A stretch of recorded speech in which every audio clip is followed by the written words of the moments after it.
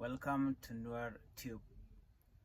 In today's news, I bring you a troubling report from the Pinyidu refugee camp in Gambella, Ethiopia.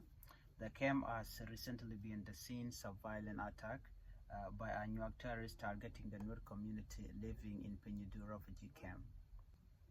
It happened on 29 July 2024. In a distressing incident overnight, the Pinyidu refugee camp was violently attacked by a Anywak terrorist group targeting the Nuer community.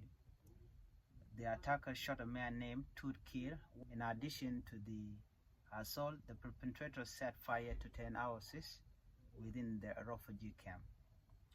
A witness reported that network communication were disrupted during the attack, a pattern that appeared to be a coordinated effort, possibly with the knowledge of local authorities. The network shutdown occurred precisely whenever violence is taking place and was only restored after the attacker had returned to Ageng town.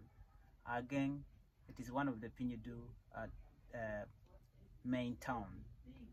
The injured person by the name Kir has yet to receive medical attention, as there is only one hospital located in Ageng, Anywak town, which is where the attackers are from.